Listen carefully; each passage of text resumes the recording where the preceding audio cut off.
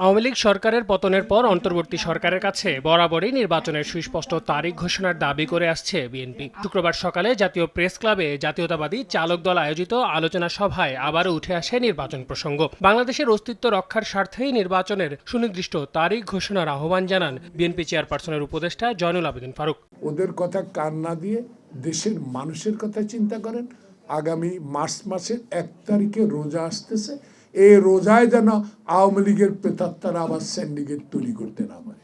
আর একটা নির্বাচন যত সম্ভব তারিখটা ঘোষণা করে দেন, তাহলে মানুষের মনে স্বস্তি আসবে, মানুষের মনে ভরসা আসবে যে 91 সালের মতো, শাহাবুদ্দিনের মতো একটা সুন্দর সুষ্ঠু ভোটের মাধ্যমে বাংলাদেশে যারা আন্দোলনরত ছিল তারাই আবার বাংলাদেশের ক্ষমতা আসবে, বাংলাদেশে গণতন্ত্র আসবে।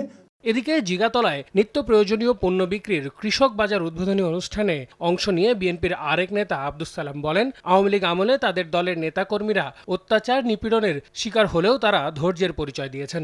তোমার কোথাও কোনো চাঁদাবাজি হবে না।